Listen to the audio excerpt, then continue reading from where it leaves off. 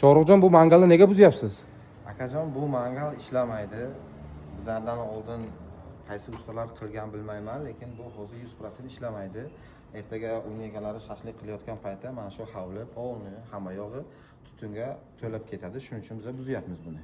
Xo'p, do'stlar, ko'rib turganingizdek, bizlardan oldin kimdir mana shu ustalar yasab ketgan, lekin mana bu mangal umuman ishlamayapti. Uyni egalari двойной расходga tushmasligi uchun nima maslahat berasiz? Bizlarning maslahatimiz shu: tajribali usta, professional ustalardan foydalanishni so'raymiz.